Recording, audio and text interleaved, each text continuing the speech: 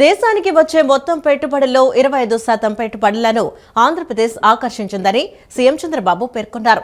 Engineering గ్రాడ్యుయేట్లలోనూ AP అగ్రస్థానంలో ఉందన్నారు. రాష్ట్రంలో ఉన్న అతిపెద్ద తీరం పోర్టులు పరిశ్రమలకు ఎంతగానో కలిసి వస్తాయన్నారు. అన్ని పోర్టులను అనుసంధానిస్తూ రవాణాకు ఆటంకం లేకుండా చేస్తున్నామన్నారు. భవిష్యత్ ఎలక్ట్రిక్ వాహనాలదే అనడంలో సందేహం లేదని చెప్పారు. ఏపీని మించిన లాజిస్టిక్స్ హబ్ లేదనే విధంగా తయారవుతోందన్నారు. 750 కోట్లతో గ్లోబల్ పార్ట్స్ సెంటర్కు శంకుస్థాపన చేస్తామన్నారు. ఎలక్ట్రిక్ వాహనాల్లో 3200 కోట్ల పెట్టుబడులకు కట్టుబడి ఉన్నారన్నారు. తిరుపతి జిల్లా మాదనపాలెంలో ఏర్పాటు చేసిన Hero MotoCorp global parts centre ప్లాంట్కు సీఎం చంద్రబాబు శంకుస్థాపన చేశారు.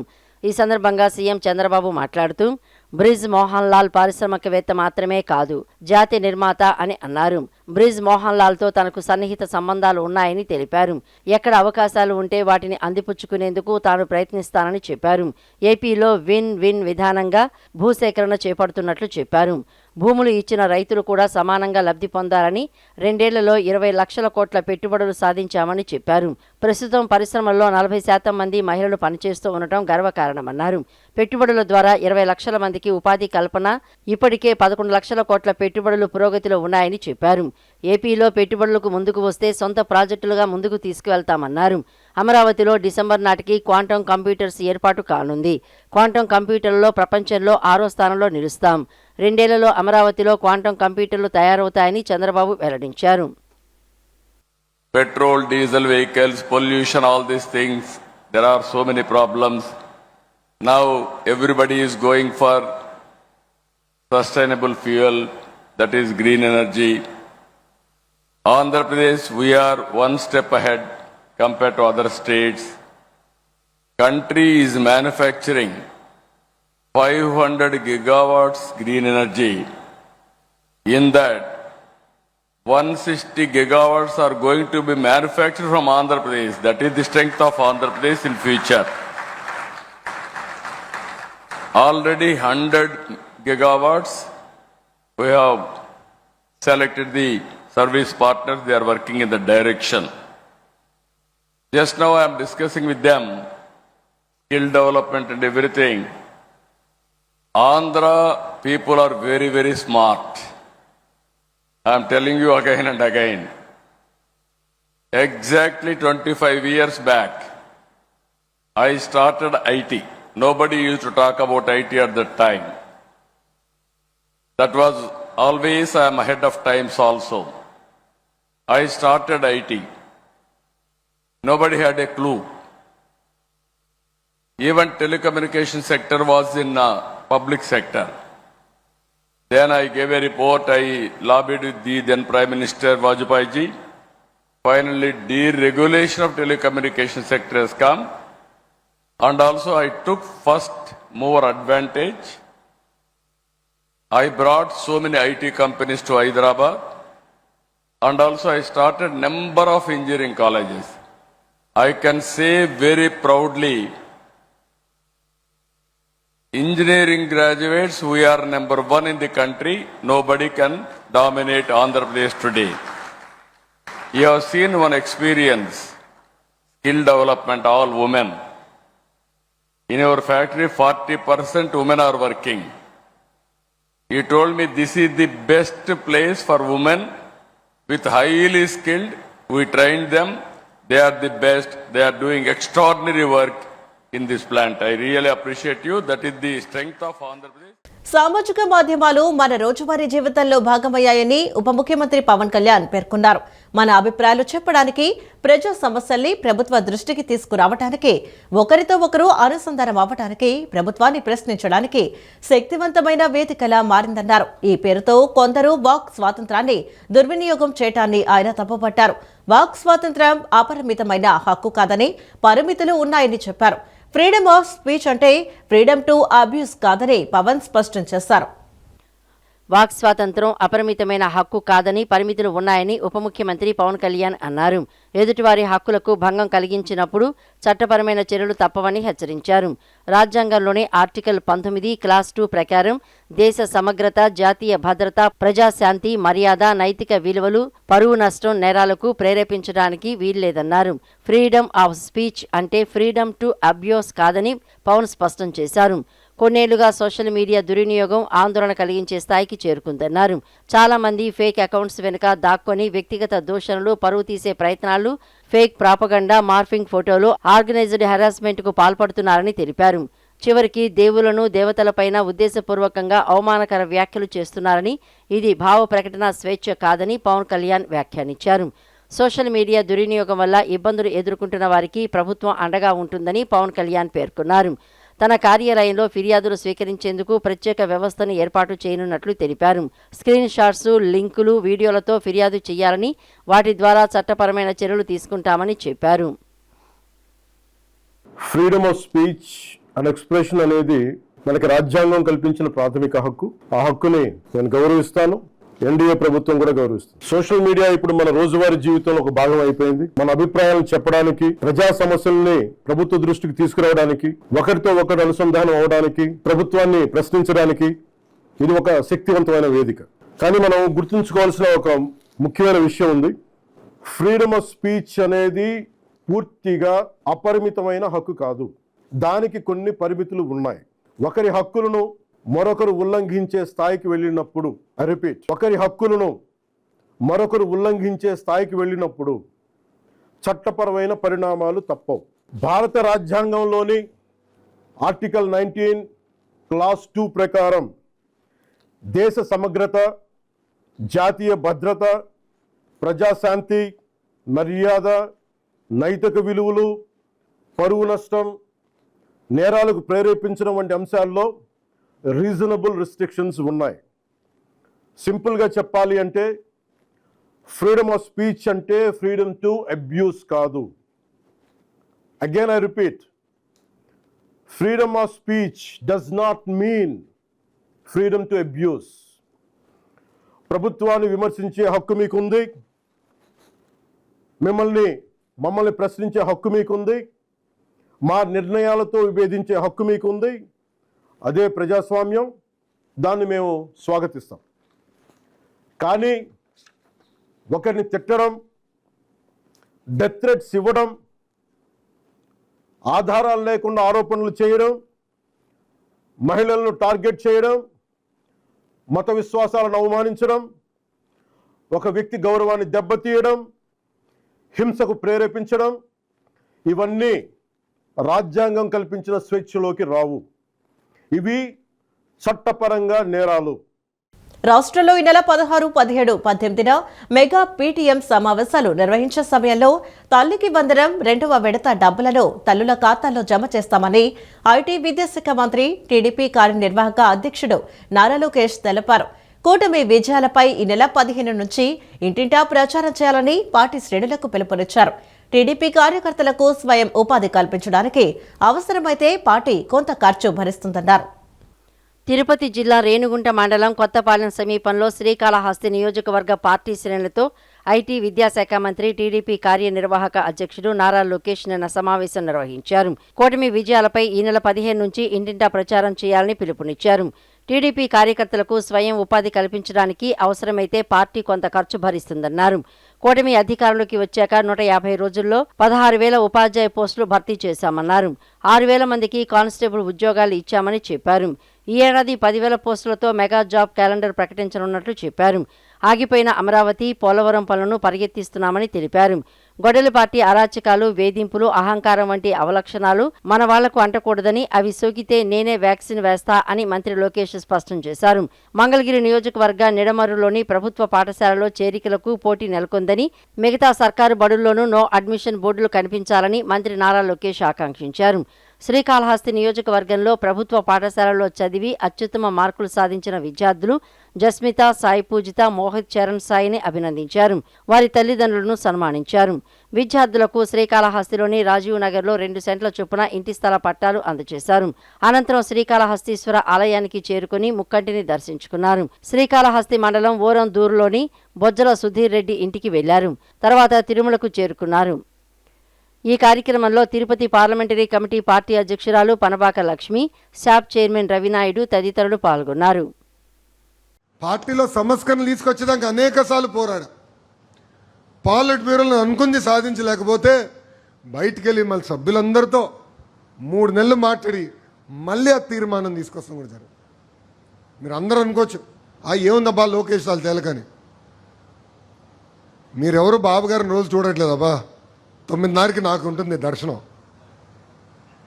ఆయన ఏంటంటే నువ్వు 10 కేజీలు మోయగలితే 20 కేజీలు ఇస్తాడు, 20 మోయగలితే 40 ఇస్తాడు. ఇవన్నీ గుర్తుపెట్టుకోవాలి. బాధ్యత మనందరిపైన ఉంది. అలగాల్సిన అవసరం లేదు. కలిసికట్టుగా పార్టీని బలోపేతం చేయాలని ఈ సభాముఖం మీ అందరూ కోరుతున్నా. అంతేకాదు జూలై 15వ తారీఖు నుంచి మనం డోర్ టు డోర్ కార్యక్రమం ప్రారంభిస్తాం. 2 ఏళ్ళు పూర్తి చేసుకున్నాం. అన్ని సమస్యలు తీర్చాం, సమస్యలు పరిష్కరించామన్నట్ల, అన్ని పూర్తి చేసామన్నట్ల. కానీ దయచేసి కార్యకర్తలు ఒక విషయం ఆలోచించుకోండి. నేను ఎన్నో రాష్ట్రాల్లో తిరుగుతున్నా, ఎంతోమంది ముఖ్యమంత్రులు కలుస్తున్నా. అందరూ ఆశ్చర్యపోతున్నారు. ఎందుకంటే కేవలం ఒక ఆంధ్ర రాష్ట్రంలోనే వృద్ధులకి 4,000 రూపాయలు పెన్షన్ ఇస్తున్నారు. వికలాంగులకి 6,000 రూపాయలు పెన్షన్. ఈరోజు స్త్రీ శక్తి మహిళలు బస్సులు ఉచితంగా ప్రయాణిస్తున్నారు. మూసేసిన అన్న క్యాంటీన్ని తిరిగి ప్రారంభించాం. దీపం పథకం ద్వారా ఉచితంగా 3 గ్యాస్ సిలిండర్లు అందజేస్తున్నాం. తల్లికి వందనం కింద ఇంట్లో ఎంతమంది బిడ్డలున్నా అంతమంది బిడ్డలకి కూడా మనం డబ్బులు ఇస్తున్నాం. మొదటి సంవత్సరం ఇచ్చాం. 2వ సంవత్సరం జూలై 16, 17, 18 పేరెంట్ టీచర్ మీటింగ్ రోజునాడు ఆ డబ్బులు కూడా విడుదల చేయబోతున్నామని మీ అందరికీ తెలియజేస్తున్నా. ఆంధ్రప్రదేశ్ భవిష్యత్తు నిర్దేశిని, రాష్ట్ర ప్రజల జీవనాడి ప్రతిష్టాత్మక పోలవరం ప్రాజెక్టుని టూరిజం హబ్ గా మార్చబోతున్నట్లు రాష్ట్ర జలవనరుల శాఖ మంత్రి డాక్టర్ నిమ్మల రామానాయుడు చెప్పారు. తెలుగుదనంతో పాటు రాష్ట్ర ఔన్నత్యం ఉట్టిపడేలా పోలవరం స్పిల్వే ఉండాలని ముఖ్యమంత్రి చంద్రబాబు సూచించారన్నారు. పోలవరం ప్రాజెక్టు ఏరియాలో గోదావరి ఔన్నత్యాన్ని, పరివాహక ప్రాంత సంస్కృతి చాటేలా museum, water sports, temple tourism, resorts, huts, amusement పార్కులు అభివృద్ధి చేసేలా ప్రణాళికలకు రూపకల్పన చేస్తున్నామన్నారు. పోలవరం సుందరీకరణకు సంబంధించి అధికారులు, ఆర్కిటెక్టులు, ఏజెన్సీ ప్రతినిధులతో మంత్రి నిమ్మల రామానాయుడు నిన్న సమీక్ష నిర్వహించారు. పోలవరం ప్రాజెక్టు పరిధిలో 10,000 ఎకరాలను లైడార్ సర్వే ద్వారా గుర్తించి పోలవరంను టూరిజం హబ్గా డిజైన్ చేయబోతున్నామన్నారు. పోలవరం రైట్, లెఫ్ట్ బ్యాంకులను కలుపుతూ బ్రిడ్జీల నిర్మాణానికి ప్రతిపాదనలు సిద్ధం చేస్తున్నామని వివరించారు. ఏలూరు, కొవ్వూరు, రాజమండ్రులను జాతీయ రహదారులతో పోలవరం ప్రాజెక్టును అనుసంధానించేలా ప్రతిపాదనను పరిశీలిస్తున్నట్లు చెప్పారు. పోలవరం ప్రాజెక్టు నుండి పాపికొండల మీదుగా భద్రాచలం వరకు టూరిజం హబ్గా మార్చేలా జపాన్కు చెందిన నిఫాన్ కోయి ఏజెన్సీ ఇచ్చిన పలు డిజైన్స్ పరిశీలించారు. పోలవరం ప్రాజెక్టు ఏరియాలో గోదావరి ఔన్నత్యాన్ని, పరివాహక ప్రాంత సంస్కృతి చాటేలా museum, water sports, temple tourism, resorts, huts, amusement పార్కులు అభివృద్ధి చేసేలా ప్రణాళికలు రూపకల్పన చేస్తున్నామన్నారు. త్వరలో ముఖ్యమంత్రి చంద్రబాబు పరిశీలన చేసి డిజైన్స్ ఫైనల్ చేస్తారని చెప్పారు. ఈ సమీక్షా సమావేశంలో irrigation adviser Venkateswararao, ENC Narasimhamurthy, జపాన్కు చెందిన నిఫాన్ కోయి ఏజెన్సీ ప్రతినిధులు, ఇతర ఉన్నతాధికారులు తదితరులు పాల్గొన్నారు. ఈ యొక్క పోలవరం ప్రాజెక్టుకి సంబంధించి ఈ యొక్క రైట్ అండ్ లెఫ్ట్ బ్యాంకులకి కనెక్టివిటీస్ ఉండేటువంటిది ఒక బ్రిడ్జ్. ఆ బ్రిడ్జ్ కూడా ఒక ఐకానిక్ మోడల్లో ఉండాలి అని చంద్రబాబు నాయుడు గారు ఏదైతే సూచనలు చేశారో వాటికి అనుగుణంగా కూడా ఈరోజు మరి కొన్ని మోడల్స్ని, కొన్ని డిజైన్స్ని కూడా మేము ఈరోజు పరిశీలించినటువంటి పరిస్థితి అని చెప్పి తెలియజేసుకుంటూ, అదేవిధంగా భవిష్యత్తులో టూరిజం హబ్గా ఉండాలంటే ఖచ్చితంగా అటు విశాఖపట్నం నుంచి ఇటు అమరావతి వరకు, అంటే ముఖ్యంగా రాజమండ్రి, కొవ్వూరు, ఏలూరు వంటి వాటితో పోలవరం ప్రాజెక్టును అనుసంధానం చేసేటువంటి విధంగా నేషనల్ హైవేస్ని ఏ మార్గాల్లో మనం కనెక్టివిటీస్ ఇవ్వాలనేటువంటి విధంగా 2-3 మరి మార్గాలను కూడా ఈరోజు పరిశీలించి ముఖ్యమంత్రి గారి దృష్టికి తీసుకెళ్లేటువంటి విధంగాను, ముఖ్యంగా ఈ యొక్క పోలవరం ప్రాజెక్టు నుండి పాపికొండల మీదుగా భద్రాచలం వరకు కూడా మరి బ్రహ్మాండంగా టూరిజం అభివృద్ధి చేయడానికి ఏదైతే అవకాశాలు ఉన్నాయో వాటన్నిటిని కూడా ఈరోజు క్షుణ్ణంగా పరిశీలించడం, అంటే ఈ రకంగా యొక్క పోలవరం ప్రాజెక్టుకి సంబంధించి పేదల సేవలో భాగంగా సీఎం చంద్రబాబు నిన్న నెల్లూరు జిల్లా చిల్లకూరు మండలం పున్నపువారిపాలెంలోని ఎస్సీ కాలనీలో చుండు పద్మమ్మ ఇంటికి వెళ్లి వితంతు పెన్షను 4,000 రూపాయలు అందచేసి బాగోగులు అడిగి తెలుసుకున్నారు. అదే ఇంట్లో ఉంటున్న ఆమె సోదరి మానసిక దివ్యాంగురాలు పోలుపోయిన తులసమ్మకు 15,000 రూపాయలు నగదు అందచేశారు. అనంతరం వారి కుటుంబ సభ్యులతో మాట్లాడారు. పింఛను లబ్ధిదారును ఏం కావాలమ్మా అని ముఖ్యమంత్రి అడగ్గా మా గ్రామాన్ని పంచాయతీ చేయండి సారు అని విన్నవించారు. ఇంట్లో 7 ఉంటున్నట్లు చెప్పడంతో ఇంత చిన్న ఇంట్లో ఎలా ఉంటున్నారని అడిగారు. 3 పడకల ఇల్లు కట్టించి ఇస్తామనడంతో జీవితాంతం రుణపడి ఉంటామని ఆ కుటుంబ సభ్యులు తెలిపారు. కుమార్తె పెళ్లి, కుమారుడి ఉద్యోగ బాధ్యతలు తీసుకుంటామని, టిఫిన్ దుకాణం ఏర్పాటుకు ఓ గదిని నిర్మించి ఇస్తామని సీఎం హామీ ఇచ్చారు. గ్రామాన్ని పంచాయతీ చేసే అంశాన్ని పరిశీలిస్తామన్నారు. కష్టపడ్డావు, కష్టపడుతున్నావు. కష్టమే సార్. మన రామారావు గారు అప్పుడు 2024లో కట్టారు సార్. మా ఆయన ఉన్నాడు ఇల్లు. అప్పుడు ఆలించి కట్టుకోలేక ఈ బిడ్డలు సాక్కుంటా చదువుకుంటా నేను అన్ని కష్టాలు పడి బిడ్డలు కొంచెం కొంచెం చదివించుకున్నా. ఏం చదివమ్మా నువ్వు? ఏమ్మా? నర్సింగ్, బిఎస్సీ నర్సింగ్ చేసావు. ఎంత ఇస్తారమ్మా ఇప్పుడు? 16,000 ఇస్తారు. నువ్వు ప్రైవేట్ కంపెనీలు ఎంత ఇస్తారు నీకు? 16,000 హ్యాండ్ వస్తుంది. నువ్వేంటమ్మా, నువ్వేమైనా చదువుకున్నావా? డిగ్రీ చేసావా? ఓకే. ఇప్పుడు పిల్లలు ఉన్నారు కాబట్టి నువ్వు పోవడం లేదా? పిల్లలు కానీ ఇదైతే అప్పుడు పోతావా? అప్పుడు ఇక్కడే ఇండస్ట్రీలు వస్తాయి కదా, పోవచ్చు కదా. నువ్వు చదువుకున్నావు కాబట్టి అదే, ఇద్దరు పిల్లలు స్కూల్కి పోతే అప్పుడు పోవచ్చు. నువ్వు పెళ్లి చేసుకోలేదమ్మా? ఇప్పుడు మీకు డైరీ పని చేసుకుంటావు, డైరీ చూసుకుంటావా? ఉన్నాయా? రాష్ట్రంలో విద్యుత్ అంతరాయాలు, వోల్టేజ్ సమస్యల నివారణ దిశగా అధికారులు పనిచేయాలని ఇంధన శాఖ మంత్రి గొట్టిపాటి రవికుమార్ అధికారులను ఆదేశించారు. ట్రాన్స్కో పరిధిలో చేపడుతున్న ప్రాజెక్టులను నిర్దేశిత గడువులుగా పూర్తి చేసేలా చర్యలు తీసుకోవాలని సూచించారు. భవిష్యత్తులో విద్యుత్ డిమాండ్ను దృష్టిలో ఉంచుకుని బ్యాటరీ ఎనర్జీ స్టోరేజ్ సిస్టమ్ నిర్వహణకు కార్యాచరణ ప్రణాళిక సిద్ధం చేయాలని మంత్రి సూచించారు. విద్యుత్ రంగ సేవలపై ప్రజల్లో మరింత సంతృప్తి పెరిగేలా అధికారులు పనిచేయాలని ఆదేశించారు. వైకాపా ప్రభుత్వంలో వ్యవసాయ రంగాన్ని సంక్షేమంలోకి నెట్టిన జగన్ ఇప్పుడు నీతులు చెప్పడం విడ్డూరంగా ఉందని వ్యవసాయ శాఖ మంత్రి అచ్చెన్నాయుడు ధ్వజమెత్తారు. రైతుల మీద జగన్ చిత్తశుద్ధి ఉంటే వారిని రాజకీయాలకు వాడుకోవాలనే ఆలోచనే ఎక్కువగా ఉందని దుయ్యబట్టారు. జగన్ చేసిన తప్పుల్ని సరిదిద్దుతున్న కూటమి ప్రభుత్వంపై తప్పుడు ప్రచారం చేయడం గొడ్డలిపాటి అధినేతకు పరిపాటిగా మారిందని ఆగ్రహం వ్యక్తం చేశారు. హెచ్ఏ బర్లీ, వర్జీనియా పొగాకు మధ్య తేడా కూడా తెలియకుండా జగన్ విమర్శలు చేయడం సిగ్గుచేటని మంత్రి అచ్చెన్నాయుడు అన్నారు. మార్కెట్లో బర్లీ పొగాకు ధరలు పతనమైనప్పుడు కూటమి ప్రభుత్వం 273 కోట్లకు పైగా వెచ్చించి ఆ పొగాకు కొనుగోలు చేసిందన్నారు. పొగాకు రైతులను ఆదుకోవాలని కేంద్రానికి సీఎం చంద్రబాబు లేఖ కూడా రాశారని చెప్పారు. జగన్ 5 ఏళ్ల పాలనలో పెట్టుబడి రాయితీ ఎగ్గొడితే కూటమి ప్రభుత్వం చెల్లించిందన్నారు. 2024-25 ఆర్థిక సంవత్సరంలో పంట నష్టపోయిన రైతులకు 324 కోట్లు విడుదల చేసిందని తెలిపారు. వైఎస్సార్ కాంగ్రెస్ పార్టీ ప్రభుత్వ హయాంలో 41.87 లక్షల మంది రైతులు ఈ పంటలో నమోదైతే కూటమి ప్రభుత్వంలో 53.32 లక్షల మంది నమోదయ్యారని అచ్చెన్నాయుడు తెలిపారు. అధికారంలో ఉన్నప్పుడు 3 రాజధానుల పేరిట 3 ముక్కలాట ఆడిన జగన్ ఇప్పుడు మావిగన్ పేరిట కొత్త నాటకానికి తెరలేపడం హాస్యాస్పదమని ఏపీ మంత్రి కందుల దుర్గేష్ అన్నారు. రాజధాని 5.5 కోట్ల ఆంధ్రుల ఆత్మగౌరవం, భవిష్యత్తు అని నాడు అసెంబ్లీలో అమరావతికి జై కొట్టి సీఎం అయ్యాక 3 ముక్కలాట ఆడారు. ఇప్పుడు మావిగన్ అంటూ కొత్త ప్రతిపాదన తెరపైకి తెస్తున్నారు. అసలు మీ మాట మీద మీకు నమ్మకం ఉందా జగన్? రాజధాని అంటే మీ ఇంట్లో క్యాలెండర్ కాదు, ఇష్టం వచ్చినట్టు మార్చడానికి అని ధ్వజమెత్తారు. రాజధాని మార్పు 2029 ఎన్నికలపై జగన్ చేసిన వ్యాఖ్యలపై మంత్రి కందుల దుర్గేష్ ఆగ్రహం వ్యక్తం చేశారు. రాజధాని రాష్ట్రానికి గుండెకాయ లాంటిదని, అది స్థిరంగా ఉంటేనే పెట్టుబడులు, యువతకు ఉద్యోగాలు వస్తాయన్నారు. పదే రాజధానిని మార్చడం అంటే పునాదులు తవ్విన ఇంటిని కూల్చేసి ప్రతి 5 ఏళ్లకు కొత్త చోట పునాది వేయడం లాంటి తుగ్లక్ చర్య అని పేర్కొన్నారు. ఇన్నాళ్లు న్యాయస్థానాలు తిరస్కరించినా మొన్నటి ఎన్నికల్లో ప్రజలు అమరావతి వైపు స్పష్టమైన తీర్పు ఇచ్చినా ఇంకా అదే పాత పాట పాడుతూ ఉండటం ప్రజాస్వామ్యాన్ని అవమానించటమేనని మండిపడ్డారు. పరిపాలన చేతకాక అభివృద్ధి శూన్యమై విపక్షంలోకి వచ్చాక కూడా పదే పదే రాజధాని మంత్రాన్ని జపించడం ప్రజలను తప్పుదోవ పట్టించడమేనని తెలిపారు. మీ తుగ్లక్ నిర్ణయాలతో వెనక్కి వెళ్లిన పెట్టుబడిదారులను ఇప్పుడు కూటమి ప్రభుత్వం మళ్లీ రప్పిస్తోందన్నారు. ప్రజలు 5 ఏళ్ల పాటు విపక్షంలో కూర్చోమని తీర్పు ఇస్తే బాధ్యత గల ప్రతిపక్షంగా ఉండటం మానేసి అప్పుడే 2029 ఎన్నికల యావలో బతుకుతున్నారని పేర్కొన్నారు. ముందు ప్రజల్లో పోయిన నమ్మకాన్ని సంపాదించుకోండి, ఆ తర్వాత ఎన్నికల మాట చూద్దాం అని పేర్కొన్నారు. కేంద్ర సహకారంతో CM Chandrababu, deputy CM Pawan Kalyan నేతృత్వంలో కూటమి ప్రభుత్వం రాష్ట్రంలో ప్రజారంజక పాలన అందిస్తుంటే అప్పుడే రాజకీయాలు చేయటం మీ అజ్ఞానానికి నిదర్శనమని దుయ్యబట్టారు.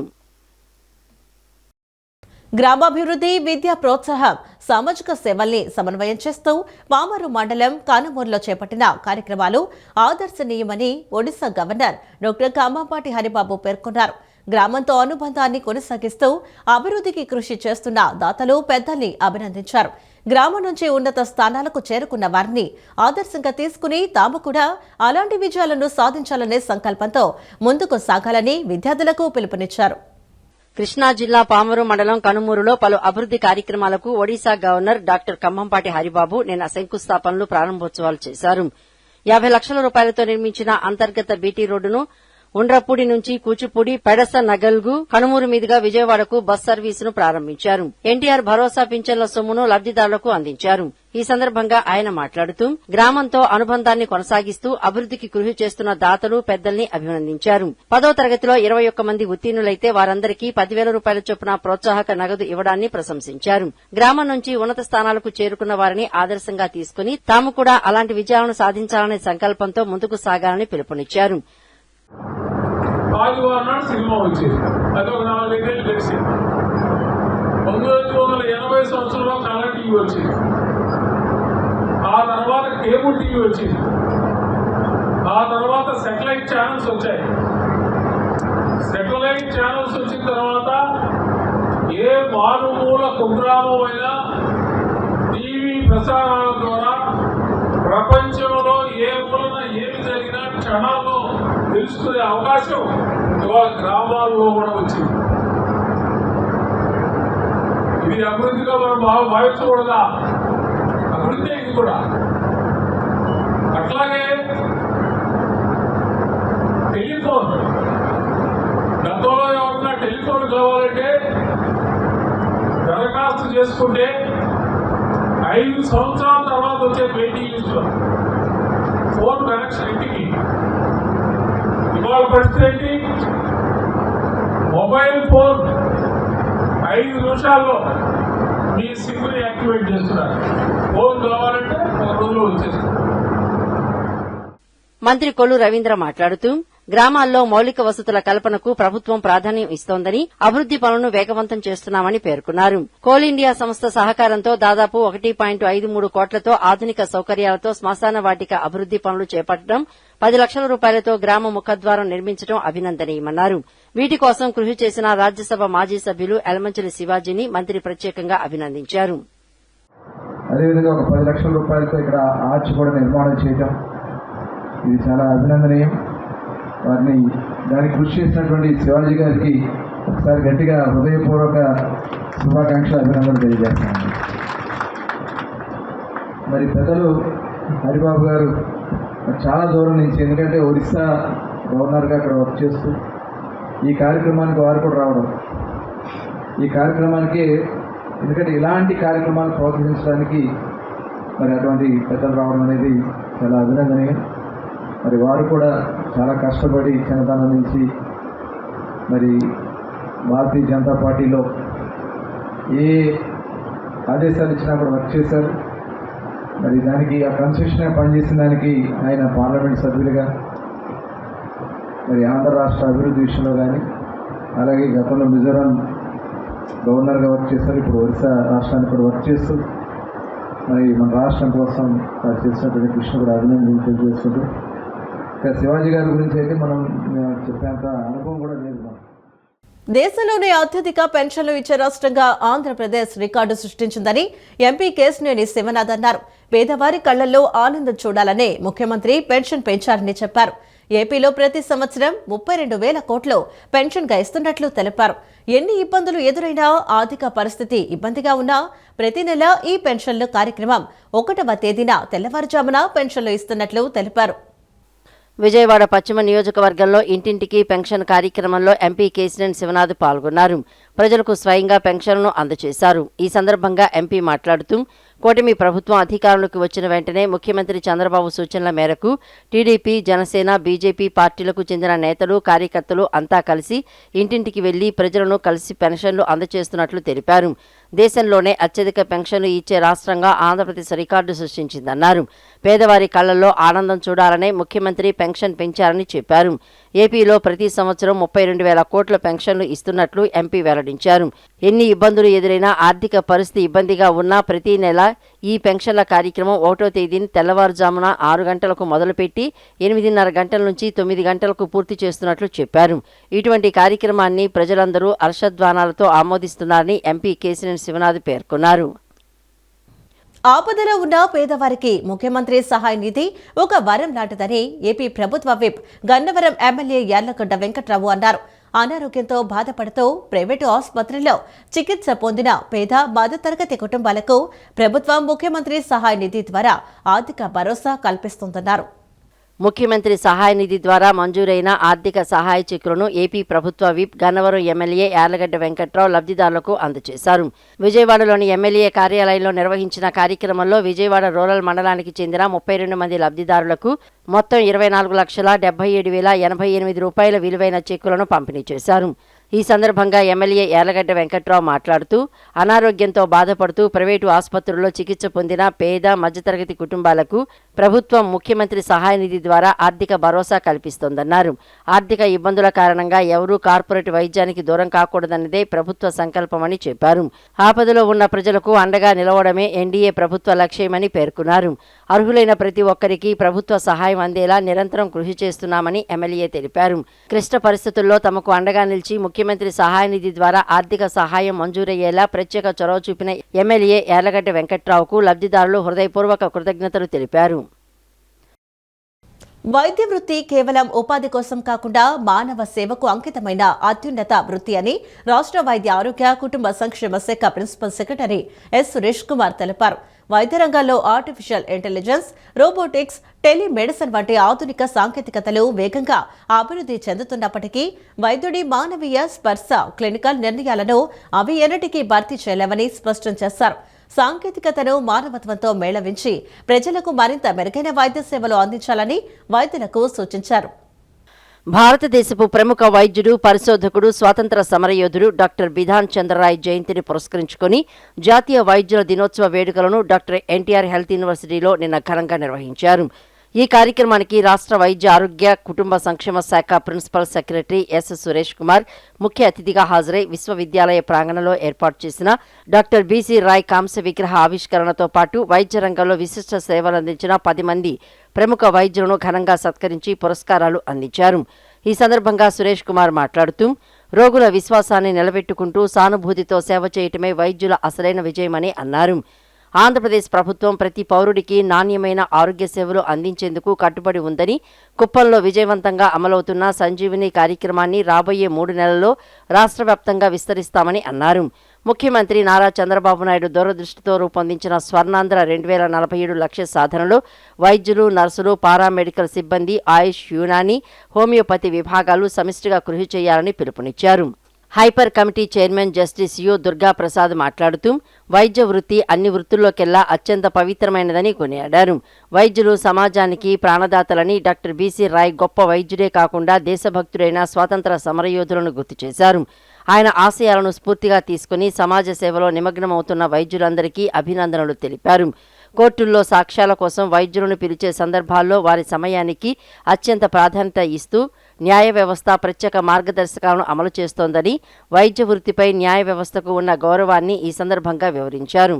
NTR health university vice chancellor doctor P Chandrasekhar మాట్లాడుతూ జాతీయ వైద్యుల దినోత్సవం సందర్భంగా విశిష్ట వైద్యులను సన్మానించడం అదృష్టంగా భావిస్తున్నారన్నారు. వైద్యుల సేవలకు సమాజంలో మరింత గౌరవం దక్కాల్సిన అవసరం ఉందన్నారు. కార్యక్రమంలో university registrar doctor T Sai Sudheer, controller of examinations Srikanth, publications director Sudha, RNT director Suryaprabha, అధ్యాపకులు, వైద్యులు, వైద్య విద్యార్థులు, సత్కారం పొందిన ప్రముఖ వైద్యుల కుటుంబ సభ్యులు పెద్ద సంఖ్యలో పాల్గొన్నారు. ఓటర్ల జాబితా సమగ్ర సవరణ అనేది మన ఓటు భద్రత కోసమేనని, జిల్లా వ్యాప్తంగా ఈ ప్రక్రియ పకడ్బందీగా జరుగుతోందని, అపోహలు, అనవసర ఆందోళన వీడి ఇందులో కీలక భాగస్వాములు కావాలని జిల్లా కలెక్టర్ డాక్టర్ జి లక్ష్మీసా అన్నారు. అర్హత ఉన్న ప్రతి ఒక్కరూ ఓటర్ల జాబితాలో ఉండటంతో పాటు దోషరహిత ఓటర్ల జాబితా రూపకల్పనకు సర్ ప్రక్రియ ఈసీఐ మార్గదర్శకాలకు అనుగుణంగా జరుగుతుందన్నారు. ఎన్టీఆర్ జిల్లా కలెక్టర్ లక్ష్మీశా పశ్చిమ నియోజకవర్గంలోని భవానీపురంలో క్షేత్రస్థాయిలో పర్యటించి సర్ ప్రక్రియలో భాగంగా ఇంటింటికి సర్వే పరిశీలించారు. ఎన్యూమిరేషన్ ఫారాల పంపిణీ, స్వీకరణ, డిజిటలైజేషన్ దశలను పరిశీలించారు. ఈ సందర్భంగా ఆయన మాట్లాడుతూ జిల్లాలో ఇప్పటి వరకు ఎన్యూమిరేషన్ ఫారాల పంపిణీ జరిగిందని, ఇదే విధంగా 4,58,675 ఫారాల డిజిటలైజేషన్ పూర్తయిందని తెలిపారు. ఫారాలు నింపడంలో కానీ ఏవైనా సందేహాల నివృత్తికి కానీ క్షేత్రస్థాయిలో BLOలు అందుబాటులో ఉన్నారని, అదేవిధంగా BLOల సహాయం కూడా తీసుకువచ్చామన్నారు. ప్రక్రియకు సంబంధించి నియోజకవర్గాల్లో నిరంతరం పర్యవేక్షించడం జరుగుతుందని, ఎక్కడా ఎలాంటి ఇబ్బంది కానీ పొరపాట్లకు తావు లేకుండా చూస్తున్నట్లు పేర్కొన్నారు. చివరిసారిగా 2002లో సర్ జరిగిందని, నాటి ఓటర్ల జాబితా ప్రాతిపదికన ప్రస్తుత జాబితా పరిశీలన జరుగుతోందన్నారు. ఈసీఐ వెబ్సైట్లోనూ search your name in last SIR option ఉందని, సమాచారం కోసం దీన్ని కూడా ఉపయోగించుకోవచ్చని సూచించారు. ఓటర్ల జాబితా ప్రత్యేక సమగ్ర సవరణ కార్యక్రమం జరుగుతున్న నేపథ్యంలో ఓటర్లకు మెరుగైన సేవలు అందించేందుకు భారత ఎన్నికల సంఘం హెల్ప్ డెస్క్ 1950 హెల్ప్ లైన్ అందుబాటులో ఉందని, దీన్ని సద్వినియోగం చేసుకోవాలని కలెక్టర్ లక్ష్మీశా సూచించారు. అదేవిధంగా నియోజకవర్గ స్థాయిలోనూ హెల్ప్ డెస్క్లు అందుబాటులో ఉన్నాయని, ఓటర్లకు అవసరమైన సమాచారం, మార్గదర్శకత్వం, సమస్యల పరిష్కారం కోసం ఈ టోల్ ఫ్రీ హెల్ప్ లైన్ అందుబాటులో ఉంటుందని పేర్కొన్నారు. ఈ హెల్ప్ లైన్ ద్వారా ఓటరు నమోదు, ఓటరు జాబితాకు సంబంధించిన సందేహాలు, ఫిర్యాదులను పరిష్కరించుకోవచ్చని కలెక్టర్ లక్ష్మీశా పేర్కొన్నారు. ఎన్టీఆర్ జిల్లాలో సర్ ప్రక్రియ ఎక్కడా సవ్యంగా సాగడం లేదని, అప్లికేషన్ ఇవ్వకుండానే ఇచ్చినట్లు BLOలు యాప్లో నమోదు చేసుకుంటున్నారని ఎన్టీఆర్ జిల్లా వైసీపీ అధ్యక్షుడు దేవినేని అవినాష్ విమర్శించారు. రాష్ట్ర వ్యాప్తంగా కలెక్టర్లు పోటీ పడుతున్నారని, అందులో భాగంగా ఫామ్స్ ఇవ్వకుండానే ఇచ్చినట్లు నమోదు చేస్తున్నారని ఆరోపించారు. ఒక బూత్లో 1000 మంది ఉంటే 200 ఫామ్స్ ఇచ్చి మమ అనిపిస్తున్నారని అన్నారు. సర్ ప్రక్రియ ద్వారా ప్రభుత్వం కుట్ర చేస్తుందని, అధికారులు కంటి తుడుపు చర్యలుగా పనిచేస్తున్నారని, ఓట్లు తొలగించే విధంగా కుట్ర జరుగుతోందని ధ్వజమెత్తారు. స్పెషల్ ఇంటెన్సివ్ రివిజన్ ప్రక్రియలో బూత్ లెవెల్ ఏజెంట్లు మరియు ఓటర్లు ఎదుర్కొంటున్న సమస్యలపై వైసీపీ నేతలు కలెక్టరేట్లో వినతి పత్రం ఇచ్చారు. వైసీపీ ఎన్టీఆర్ జిల్లా అధ్యక్షులు దేవినేని అవినాష్, మాజీ మంత్రి వెల్లంపల్లి శ్రీనివాస్, మాజీ ఎమ్మెల్యే మల్లాది విష్ణు కలెక్టరేట్ కార్యాలయంలో DRO లక్ష్మీ నరసింహానికి వినతి పత్రం అందజేశారు. ఈ సందర్భంగా వారు మాట్లాడుతూ యోగా, పెన్షన్ అంటూ BLOలను సర్ ప్రక్రియకు ప్రభుత్వం దూరం పెడుతోందని, మొదటి 10 రోజుల్లో 43% అప్లికేషన్లు ఇస్తే తర్వాతి 3 రోజుల్లో 98%కి వెళ్లిపోయిందని అన్నారు. ఓటర్కి అప్లికేషన్ ఇవ్వకుండానే ఇచ్చినట్లు అప్లోడ్ చేస్తున్నారని చెప్పారు. 2002లో ఎక్కడ ఓటేశారు అని అడుగుతున్నారని, అది ఎవరికి గుర్తుంటుందన్నారు. ఆ సమాచారం కేవలం BLO యాప్లో మాత్రమే ఉంటుందని, ఓటర్కి అవగాహన కలిగించడం లేదన్నారు. ఒక్కొక్క అప్లికేషన్కు 20 నిమిషాల సమయం పడుతోందని, ఇంకా కేవలం 14 రోజుల సమయం మాత్రమే ఉందన్నారు. BLOలు సమయపాలన పాటించాలన్నారు. కలెక్టర్ స్పందించకపోతే ఎన్నికల కమిషన్ని కలుస్తామని, సర్ ప్రక్రియలో జరుగుతున్న లోటుపాట్లను ఎన్నికల కమిషనర్కు తెలియజేస్తామని పేర్కొన్నారు. BLOస్ని సక్రమంగా కూడా ఈ సర్ కార్యక్రమంలో భాగస్వామ్యం కాకుండా ప్రభుత్వం కుట్ర పన్నుతుంది. చంద్రబాబు నాయుడు గారికి చీకట్లో రాజకీయాలు చేయడం చాలా అలవాటు. అలాగే సర్ ప్రక్రియలో కూడా చీకట్లో తెలుగుదేశం పార్టీ నాయకుల ద్వారా కుట్ర జరుగుతుంది దీంట్లో అని చెప్పని ఈరోజు కలెక్టర్ గారికి కూడా మెమరాండం ఇవ్వడం జరిగింది. ఎందుకంటే మొదటి 10 రోజుల్లో 43% అప్లికేషన్స్ పబ్లిక్ ఇస్తే, ఓటర్స్కి ఇస్తే, ఆ తర్వాత 3 రోజుల్లో కలిపేసి ప్రజా సమస్యల మీద మేము ఫోన్ చేస్తే ఫోన్లు ఎత్తండి, ప్రజా సమస్యలు మేము కలవాలనుకుంటే మమ్మల్ని కలవండి. కేవలం అధికార పార్టీ కార్యక్రమాలకే మాత్రం మీరు దయచేసి పరిమితం అవ్వమాకండి. ఈరోజు బిఎల్ఓలు ఉన్నారు. ఇంత పెద్దలు శ్రీనివాసరావు గారు చెప్పారు. ఒక పక్క పెన్షన్ కార్యక్రమం అంటారు, యోగాంధ్ర కార్యక్రమం అంటారు, ఇంకోరే కార్యక్రమం అంటారు, పాటలు పాడే కార్యక్రమం అంటారు. ఈ విధమైన కార్యక్రమాలు బిఎల్ఓలను ఇన్వాల్వ్ చేసి ఈ సరి ప్రక్రియ గారు ముందుకు వెళ్తలేదు. కాబట్టి బిఎల్ఓలకు ఇచ్చిన బాధ్యత ముందుకెళ్లే విధంగా కలెక్టర్ గారు ఆదేశాలు ఇవ్వాలని చెప్పని కోరుకుంటూ సెలవు తీసుకుంటాం. ఆంధ్రప్రదేశ్లో సజావుగా జరుగుతుందని చెప్పని మేము ఎలా అనుకుంటాం, అలాగే కేంద్ర ఎన్నికల కమిషన్ కూడా పరిశీలకులను పంపించాలి. ర్యాండమ్గా ఆంధ్రప్రదేశ్లో ఎన్నికల పరిశీలకులు రావాలి, ఏ ఇయర్ వాళ్ళు తిరగాలి, ఎన్నికల కమిషన్ దృష్టికి తీసుకెళ్తాం. ఇది సక్రమంగా జరిగే విధంగా ప్రజాస్వామ్యం మనుగడ సాగించాలి అని అంటే ప్రతి ఒక్క ఓటర్కి కూడా ఓటు హక్కు ఉండే విధంగా వైఎస్ఆర్ కాంగ్రెస్ పార్టీ పనిచేస్తుంది అని చెప్పి ఈ సందర్భంగా డిమాండ్. విజయవాడ నగరపాలక సంస్థ కమిషనర్ ధ్యానచంద్ర నిన్న పాత రాజరాజేశ్వరిపేట పరిసర ప్రాంతాల్లో పర్యటించి ఎన్టీఆర్ భరోసా పింఛన్ లబ్ధిదారులకు పింఛన్లు పంపిణీ చేశారు. ఆ ప్రాంతాల్లో గల పింఛన్ లబ్ధిదారుల ఆధార్ కార్డు పరిశీలించి ఫేస్ రికగ్నిషన్ సిస్టమ్ ద్వారా చెక్ చేసి పింఛన్ డబ్బులు అందించారు. వారితో మాట్లాడి వాళ్లకు ఉన్న సమస్యలను అడిగి తెలుసుకున్నారు. ప్రతి నెల పింఛన్ వస్తుందా లేదా, ఇంటికి వచ్చి ఇస్తున్నారా లేదా, ఎంత డబ్బులు ఇస్తున్నారు లాంటి ప్రశ్నలు వాళ్ళని అడిగి ప్రతి నెల ఇస్తున్న పింఛన్ తీరును పరిశీలించారు.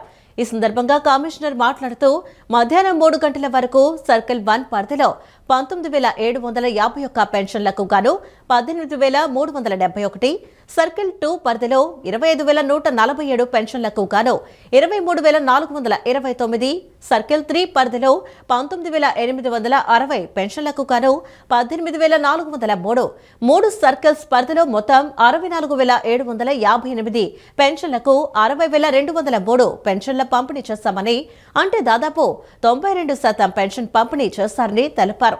అనంతరం పాత రాజరాజేశ్వరిపేటలోని జేపీ అపార్ట్మెంట్స్ ను పరిశీలించి అక్కడ డ్రైనేజ్ సమస్యను పరిష్కరించేందుకు అధికారులు త్వరితగతిన చర్యలు చేపట్టాలని, మురుగుపారుదలకు ఏమైనా అంతరాయం ఉంటే వెంటనే వాటిని తొలగించి మురుగుపారుదలకు ఎటువంటి అంతరాయం లేకుండా చూసుకోవాలని అధికారులను ఆదేశించారు. ఈ పర్యటనలో zonal commissioner Satyanarayana, CDO Srikanth, executive engineer J Srinivas సిబ్బంది పాల్గొన్నారు. జగన్ రక్తంలోనే వెన్నుపోటు ఉందని టీడీపీ సీనియర్ నేత ఎమ్మెల్యే ధూళిపాళ్ల నరేంద్ర విమర్శించారు. అమరావతి, విశాఖ, మావిగర్ అంటూ రాజధానికి ఆయన అడుగడుగున వెన్నుపోటు పొడుస్తూనే ఉన్నారని దుయ్యబట్టారు. జగన్ లాంటి మారీచుల నుంచి కాపాడేందుకే రాజధాని అమరావతికి కేంద్రం రక్షణ కల్పించిందన్నారు. జగన్ వెన్నుపోటుకు బొత్స, ధర్మాన తదితర ఉత్తరాంధ్ర నేత ఇంకా ఎలా గొడ్డలి పార్టీలో కొనసాగుతున్నారో అర్థం కావట్లేదు. అధికారం పోయినా అహంకారం పోలేదని అన్నారు. వచ్చే ఎన్నికల్లో మావిగన్ అంశాన్ని వైఎస్ఆర్ కాంగ్రెస్ పార్టీ మేనిఫెస్టోలో పెడతామని జగన్ వ్యాఖ్యానించిన నేపథ్యంలో ధూళిపాళ్ల స్పందించారు.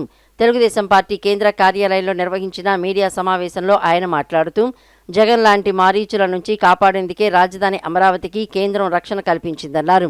జగన్ వెన్నుపోటుకు బొత్స, ధర్మాన తదితర ఉత్తరాంధ్ర నేతలు ఇంకా ఎలా గొడ్డలి పార్టీలో కొనసాగుతున్నారో అర్థం కావట్లేదన్నారు. అధికారం పోయినా అహంకారం పోలేదన్నట్లుగా వైఎస్ఆర్ కాంగ్రెస్ పార్టీ నేతల వ్యవహారం ఉందన్నారు. ఊసరవెల్లి కూడా సిగ్గుపడేలా జగన్ అబద్ధాలు ఉన్నాయని తెలిపారు. రాజధాని విషయంలో జగన్ మినహా అన్ని రాజకీయ పార్టీలది ఒక్కటే సిద్ధాంతం అని ధూళిపాళ్ల తెలిపారు. ఈ సందర్భంగా రాజధానిపై జగన్ నరం లేని నాలుక అబద్ధాలు అంటూ ఆయన ఓ వీడియోను ప్రదర్శించారు. జగన్మోహన్ రెడ్డి గారిని చూసి ఊసరవెల్లి కూడా సిగ్గుపడుతుంది. ఎందుకంటే ఎన్ని రకాలుగా వేషాలు మార్చచ్చు, ఎన్ని రకాలుగా నాలుక మడతయ్యచ్చు, చూసి ఊసరవెల్లి కూడా సిగ్గుపడే పరిస్థితి వచ్చింది జగన్మోహన్ రెడ్డి గారిని చూసి. అలాగే ఇందాకే మనం చూసాం 2014 అసెంబ్లీలో ఆయన అనుకూలం అని చెప్పాడు. 2019 ఎన్నికల ముందు కూడా బొత్సాలు, ఉమారెడ్లు, రోజాలు, వెల్లంపల్లు ప్రెస్ మీట్లు పెట్టి రాజధాని ఇక్కడే ఉంటుందని చెప్పి చివరికి ఈ ప్రాంతంలో ఓట్లు కూడా వేయించుకొని ఎన్నికలు అయిన తర్వాత వెన్నుపోటు పొడిచిన విషయాన్ని మనం గుర్తుంచుకోవాల్సిన అవసరం ఉంది. రాజధాని మార్చద్దు అని చెప్పి అమరావతి ప్రాంతంలో ఉన్న రైతులు పోరాటం చేస్తే 3,000 మంది రైతుల మీద కేసులు పెట్టిన విషయాన్ని గుర్తుంచుకోవాలి. జగన్మోహన్ రెడ్డి గారు ఎప్పుడు అసెంబ్లీకి వెళ్ళినా పరదాలతో ప్రయాణం చేసేవాడు. వందల మంది పోలీసుల పహారాలతో వెళ్ళేవాడు. అమరావతి ప్రాంతంలో ఉన్న మహిళలు మాకు అన్యాయం చేయొద్దు అని పోరాటం చేస్తే ఆ రోజు మీ ప్రభుత్వంలో పోలీసు బూటు కాళ్లతో తన్నిన విషయాన్ని మర్చిపోయారా? వైసీపీ ఎన్ని కుట్రలు చేసినా, ఎన్ని అసత్య ప్రచారాలు చేసినా తెలుగు జాతి గర్వపడేలా అమరావతి నిర్మాణం కొనసాగుతుందని మాజీ మంత్రి, తెలుగుదేశం పార్టీ రాష్ట్ర ప్రధాన కార్యదర్శి దేవినేని ఉమామహేశ్వరరావు అన్నారు. అమరావతి రైతులు, మహిళలపై వైసీపీ ప్రభుత్వం చేసిన దౌర్జన్యాలకే ప్రజలు తగిన గుణపాఠం చెప్పి ఆ పార్టీని 11 అసెంబ్లీ స్థానాలకే పరిమితం చేశారని అన్నారు. నేడు జగన్ వల్లె వేస్తున్న న్యాయం, ధర్మం అనే పదాలకు వైసీపీ డిక్షనరీలో చోటు లేదని దేవినేని ఉమామహేశ్వరరావు విమర్శించారు. గొల్లపూడిలో నిన్న నిర్వహించిన మీడియా సమావేశంలో తెలుగుదేశం పార్టీ రాష్ట్ర ప్రధాన కార్యదర్శి దేవినేని ఉమామహేశ్వరరావు మాట్లాడారు. అమరావతిపై విషం చిమ్ముతూ జగన్ నిర్వహించిన ప్రెస్ మీట్ తో గొడలి పార్టీ దుకాణం పూర్తిగా బంద్ అయిందని, ఇప్పటికైనా వైసీపీ నేతలు కళ్లు తెరవాలని సూచించారు. అమరావతి రాజధాని అని చెప్పి అధికారంలోకి వచ్చిన వైసీపీ అనంతరం 3 రాజధానుల పేరుతో రాష్ట్రాన్ని అయోమయంలోకి నెట్టిందని విమర్శించారు. విధ్వంస పాలన, పరదాల పాలనతో రాష్ట్ర అభివృద్దిని అడ్డుకున్నారని ఆరోపించారు. ముఖ్యమంత్రి చంద్రబాబు నాయుడు దూరదృష్టితో రాష్ట్ర వ్యాప్తంగా సమతుల అభివృద్ది జరుగుతోందని పేర్కొన్నారు. ప్రతిష్టాత్మక ఐటీ సంస్థలు, డేటా సెంటర్లు రావడంతో విశాఖపట్నం ఐటీ హబ్ గా ఎదుగుతోందని, రాయలసీమలో తయారవుతున్న వాహనాలు విదేశాలకు ఎగుమతవుతున్నాయని చెప్పారు. రాయలసీమను హార్టికల్చర్ హబ్ గా తీర్చిదిద్దేందుకు కూటమి ప్రభుత్వం చర్యలు తీసుకుంటోందన్నారు. విధ్వంసాలు, గొడలివేట్లు, డోర్ డెలివరీల ప్రచారం, గులకరాయి నాటకాలే వైసీపీ పాలనకు గుర్తుగా మిగిలాయని ఎద్దేవా చేశారు. అమరావతిపై దాడి చేయాలనుకున్న మారీచులను ప్రజలు తిప్పికొట్టారని అన్నారు. విజయవాడ చల్లపల్లి బంగ్లా సమీపాన గల కాశీ విశ్వేశ్వర అన్నపూర్ణ దేవస్థానంలో లక్ష్మీ గణపతి, మేధా దక్షిణామూర్తి స్వామి వల్ల ప్రతిష్టాపన మహోత్సవాలు శాస్త్రోక్తంగా జరిగాయి. ఉదయం 7:11 అత్యంత వైభవంగా విగ్రహ ప్రతిష్ట మహోత్సవం జరగనుందని ఆలయ అర్చకులు వెల్లడించారు. భక్తులందరూ భారీగా తరలివచ్చి స్వామివార్ల ప్రతిష్టాపన మహోత్సవాన్ని తిలకించి తీర్థప్రసాదాలు స్వీకరించి స్వామివారి అనుగ్రహాన్ని పొందాలని కోరారు. విజయవాడ చల్లపల్లి బంగ్లా సమీపాన గల కాశీ విశ్వేశ్వర అన్నపూర్ణ దేవస్థానంలో లక్ష్మీ గణపతి, మేధా దక్షిణామూర్తి స్వామివార్ల ప్రతిష్టాపన మహోత్సవాలు శాస్త్రోక్తంగా కొనసాగుతున్నాయి. ఈ ఉత్సవాల ప్రారంభం సందర్భంగా ఆలయంలో ప్రత్యేక పూజలు, అర్చనలు శాస్త్రోక్తంగా నిర్వహించారు. సాయంత్రం స్వామివారి సన్నిధిలో అభిషేకాలు శాస్త్రోక్తంగా జరిగాయి. ఈ సందర్భంగా ఆలయ ప్రధాన అర్చకులు మాట్లాడుతూ, అద్దేపల్లి అప్పనవారి వంశీకులచే నిర్మితమై గత 120 సంవత్సరాలుగా నిత్య ధూప దీప నైవేద్యాలతో అలరారుతున్న ఈ శివాలయంలో గత కొన్నేళ్లుగా ప్రతిరోజు ఉదయం లక్ష్మీ గణపతి హోమాలు జరుగుతాయని వివరించారు. భక్తుల విన్నపం మేరకు ఆలయంలో లక్ష్మీ గణపతి విగ్రహాన్ని, అలాగే బుద్ధిని ప్రసాదించే మేధా దక్షిణామూర్తి స్వామివారి విగ్రహాన్ని ప్రతిష్ఠించాలని నిర్ణయించారని వెల్లడించారు. ఇందులో భాగంగా ఎమ్మెల్యే బోండా ఉమామహేశ్వరరావు పర్యవేక్షణలో ఆలయ ధర్మకర్తలు అద్దేపల్లి శ్రీనివాస్ దంపతులు, అప్పన మహా సదాశివ సూర్యనారాయణ దంపతుల ఆధ్వర్యంలో ప్రతిష్టా మహోత్సవాలు వైభవంగా జరుగుతున్నాయని తెలిపారు. జూలై 2వ తేదీ ఉదయం 7:11 అత్యంత వైభవంగా విగ్రహ ప్రతిష్టా మహోత్సవం జరగనుందన్నారు. భక్తులందరూ భారీగా తరలివచ్చి స్వామివార్ల ప్రతిష్టాపన మహోత్సవాన్ని తిలకించి తీర్థప్రసాదాలు స్వీకరించి స్వామివారి అనుగ్రహాన్ని పొందవలసిందిగా కోరారు.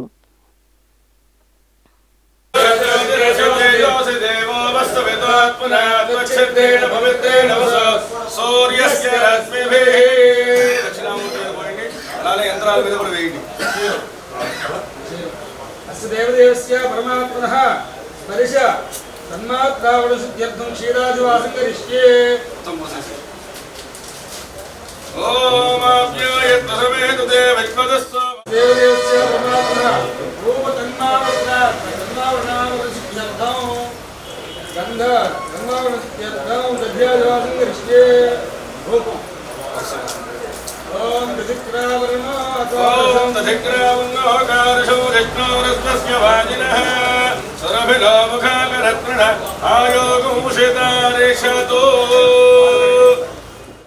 పాయికాపురం నున్నా పోలీస్ స్టేషన్ పరిధి శాంతినగర్లో నగిన మాక్బుల్ బాషా నివాసంలో చోరీ జరిగిన నేపథ్యంలో సిపిఎం రాష్ట్ర కార్యదర్శి వర్గ సభ్యులు సిహెచ్ బాబురావు నేతృత్వంలో సిపిఎం బృందం పరిశీలించింది. రొట్టెల పండుగ సందర్భంగా నెల్లూరు వెళ్లి ఇంటికి వచ్చేసరికి ఇల్లంతా చిందరవందరగా బీరువా పగలగొట్టి ఉందని, 60 కాసుల బంగారం, నగదు చోరీ అయిందని బాధితులు వివరించారు. బాధితులను పరామర్శించిన అనంతరం Nunna circle inspector of police SK ఆలీకి ఫోన్ ద్వారా బాధిత కుటుంబం తరపున జరిగిన నష్టాన్ని తెలియజేశారు. దొంగిలించబడిన వస్తువులు, డబ్బులు రికవరీ చేయడం కోసం తగిన చర్యలు తీసుకోవాలని కోరారు. బాధిత కుటుంబాన్ని ఆదుకోవాలని కోరారు. రక్షణ కొరవవుతుందో దీన్ని బట్టి అర్థమవుతుంది.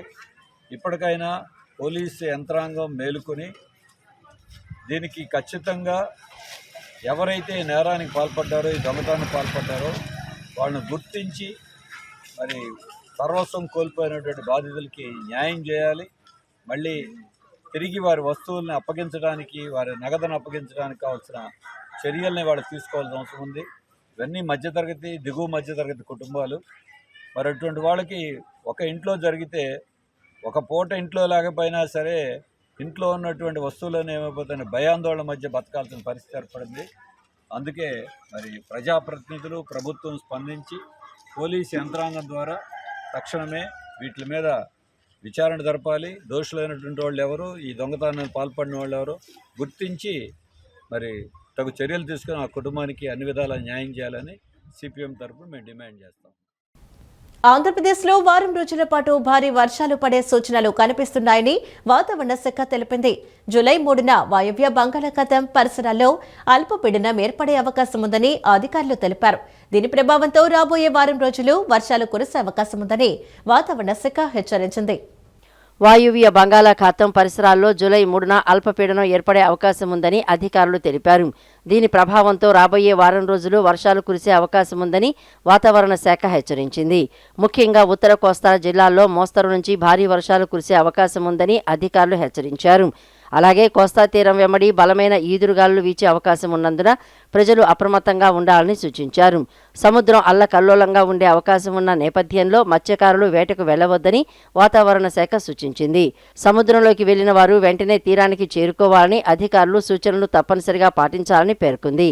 అల్పపీడన ప్రభావంతో రాష్ట్రంలోని పలు ప్రాంతాల్లో వర్షాలు తీవ్రంగా పెరిగే అవకాశం ఉండటంతో ప్రజలు అవసరమైన జాగ్రత్తలు తీసుకోవాలని అధికారులు సూచించారు. ఈ వార్తలు ఇంతటితో సమాప్తం. నమస్కారం.